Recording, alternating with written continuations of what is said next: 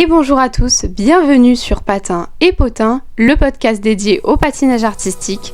Entre les news et les gossips, rien ne nous échappe. That was unbelievable. I'm not chasing numbers.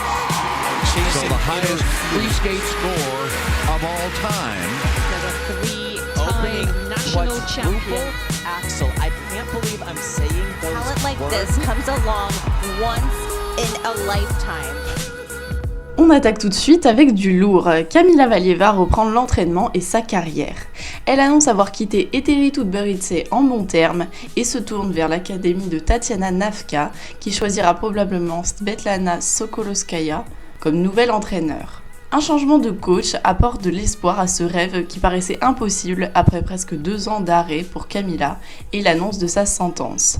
Moins de 3 mois avant le 25 décembre, jour de fin des 4 années de banniment de Kamila, les fans sont déjà affolés sur les réseaux. Ici chez Patin et Potin, on ne souhaite que du bonheur à Kamila Valieva et on espère que ce changement de coach sera un nouveau départ pour elle.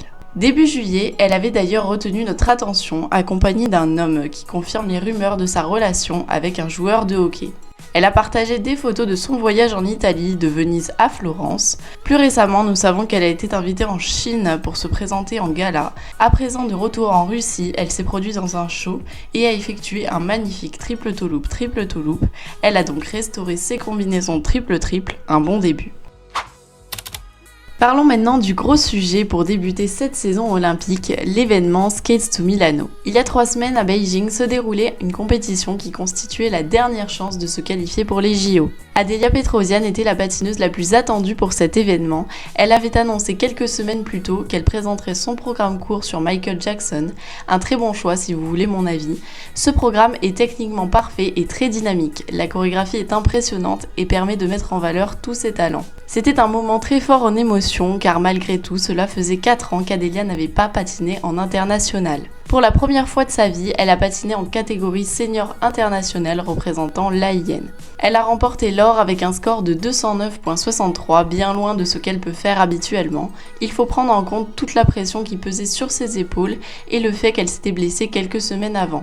Son programme libre ne comptait aucun quadruple, mais c'était un sans faute. Elle sécurise donc une place chez les femmes pour l'AIN. Cependant, rien n'est encore gagné puisqu'elle peut encore être remplacée par Alina Gorbacheva si la fédération russe l'a choisie pour des raisons de santé ou pour des résultats meilleurs. Adélia va donc devoir faire ses preuves jusqu'aux championnats nationaux qui détermineront qui ira au JO. Car il ne faut pas oublier que chaque saison olympique a son drama. Anastasia Gubenova remporte l'argent après son programme court désastreux des championnats du monde. Elle récupère une place méritée pour la Géorgie avec un score de 206,23. Le retour de Loena Hendricks ne nous a pas échappé. Après une absence quasi totale la saison dernière, elle remporte le bronze.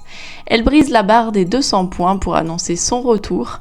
Mais alors, qui de Anastasia ou Loena deviendra championne d'Europe cette année ? Du côté des hommes, Piotr Gumeniks sécurise lui aussi une place pour l'AIN. Avec 262,82, son nouveau programme court sur le parfum nous a bien évidemment rappelé le programme d'Anna Sherbakova en 2019. Il a placé 2 quadruples dans son programme court, un programme qui pourrait atteindre les 100 points dans un futur proche, peut-être au JO, et donc pourrait rivaliser avec Ilya Malinin. Donovan Carrillo, le très attendu patineur mexicain, termine avec 222,36 et une médaille d'argent qui lui offre une place pour ses 2e JO. Et une bonne nouvelle pour la France qui décroche un 3e quota chez les hommes grâce à François Pitot qui prend la médaille de bronze. En danse sur glace, le couple lituanien Alison Reed et Saulius Ambrolivicius, qui avaient raté leur quota au championnat du monde, n'ont pas refait la même erreur. Ils se qualifient pour leurs premiers Jeux Olympiques ensemble. Oli Harris et Jason Chan prennent l'argent pour l'Australie et se qualifient eux aussi pour leurs premiers JO face aux Espagnols Sofia Val et Asaf Kazimov, plutôt inaperçus sur la scène internationale. Ils prennent le bronze et un 2e quota pour les Espagnols en danse sur glace. Chez les couples Jiawan Zhang et Hyang Huang, les Chinois remportent l'or. Ils avaient remporté la finale du Grand Prix Junior l'année dernière et sont maintenant fraîchement entrés en catégorie senior. L'Arménie se qualifie elle aussi, Karine Akopova et Nikita Rakamin. Le couple d'origine russe s'entraîne à Sochi et ont toutes les chances de faire leurs preuves cette saison. Ils établissent un record personnel de 186,84. Pour finir, le Japon prend le bronze et qualifie un 2e couple. Rapide passage sur le Lombardia Trophy qui avait lieu quelques semaines plus tôt. Ce 4e événement sur les 11 de la Challenger Series est l'un des plus attendus. Ilya Malinin remporte évidemment l'épreuve masculine, il présente ses 2 nouveaux programmes sublimes et dépasse encore une fois les 300 points. Yuma Kagiyama, l'éternel médaillé d'argent derrière Ilya, termine avec 285,91. Le vice-champion d'Europe Nikolai Memola passe devant Shun Sato et prend le bronze. Il avait l'avantage d'être à domicile. Adam Siaou-Infa ne termine que 5e mais présente 2 magnifiques programmes d'une grande qualité chorégraphique. Du côté des femmes, la championne du monde Alice Aliou ne termine que 4e. Sarah Everhart, sa compatriote, prend le bronze. Amina Kai fait son entrée en senior et dépasse les 200 points. Elle remporte l'argent pour le Japon. De même pour Rion Sumiyoshi qui remporte l'or grâce à son triple axel et un score de 209,59. Natacha Lagouge et Arnaud Safa, représentant la France en danse sur glace, terminent 4e avec un joli 170,34. 10 points devant, ce sont les Américains Katharine Wolfoskin et Dimitri Tsarevski qui remportent le bronze. L'or revient à Eva Pates et Logan Bay. Les USA possèdent un grand nombre de couples en danse sur glace pour rivaliser avec la France. Le couple italien brille à domicile. Sara Conti et Niccolò Macci remportent l'or en paire. Rebecca Gagliardi et Filippo Ambrosini l'argent. Le Nebeland Trophy 2025 se déroulait du 25 au 27 septembre à Oberstdorf en Allemagne. Chez les hommes, Luka Bridggi, le champion d'Europe, prend le bronze avec 236,06. Mais on va pas trop s'attarder sur la catégorie masculine et on passe tout de suite chez les femmes car Amber Glynn a présenté un banger de programme court sur Like a Prayer de Madonna. Elle a réussi son triple axel et a présenté une chorégraphie parfaite. Elle déclare avoir travaillé avec un ancien chorégraphe de Madonna et le résultat est juste magnifique. La robe elle aussi est sublime. Elle termine cette compétition avec son classique 214,49 et une médaille d'or. Hâte de voir ce programme au JO. Monet Chiba, vice-championne du monde, finit avec 213,64 et une médaille d'argent pour le Japon. Pensez-vous qu'elle pourrait prétendre à une médaille olympique ? Jia Shin fait elle aussi son entrée en senior avec 208,45. Isabeau Levito termine 4e, Léa Cernas 7e pour la France. Les Anglais Laila Fear et Lewis Gibson remportent l'or en danse sur glace avec 201,51. Le duo américain Karira Ponomarenko finit 2e. Chez les couples Minerva Fabianase et Nikita Volodine, les vice-champions du monde brillent à domicile et finissent avec un score de 221,38. À peine 3/10 de leurs rivaux, les champions du monde Riku Miura et Ryuichi Kihara. Alisa Efimova et Misha Mirofanov récupèrent le bronze pour les USA, loin derrière avec 193,79.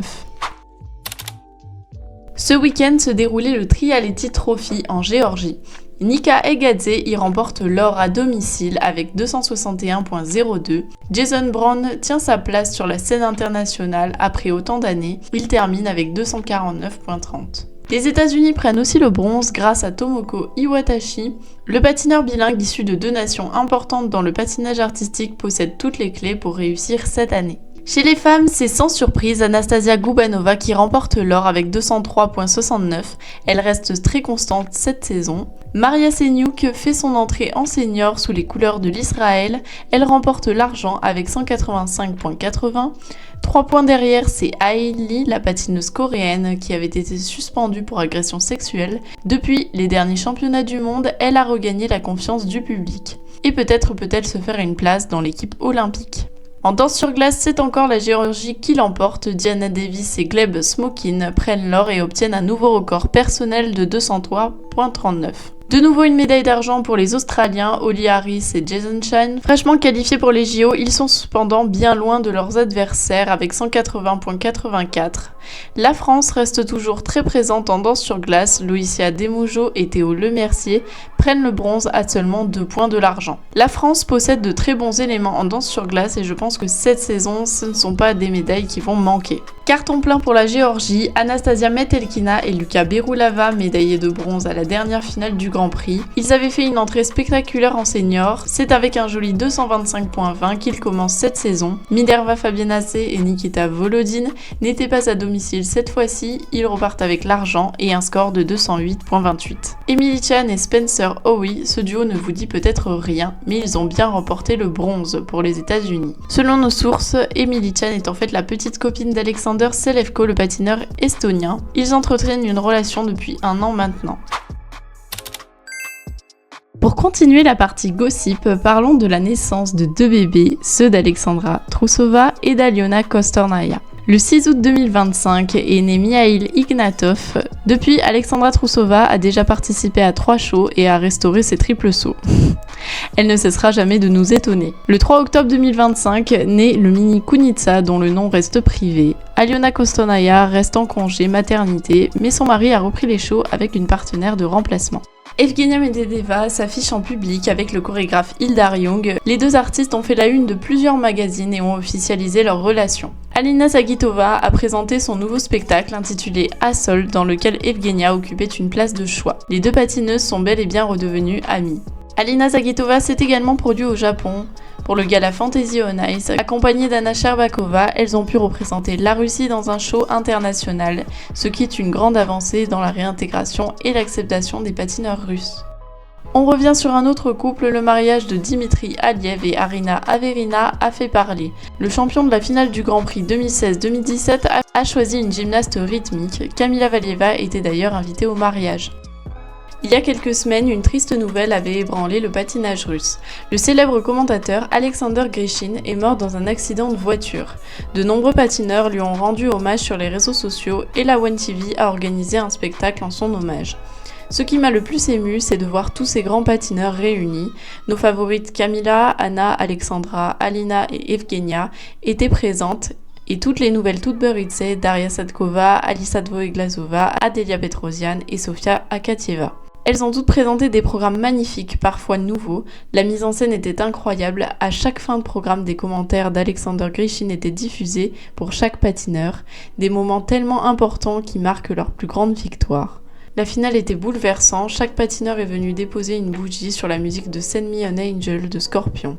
Certains ont fini en larmes leur programme, comme Evgenia Medvedeva, très bouleversée par sa disparition. On passe sur des nouvelles tout aussi tristes. Kaori Sakamoto, triple championne du monde, et sa compatriote Wakaba Iguchi annoncent leur retraite l'année prochaine. Cette saison olympique sera donc la dernière pour elle.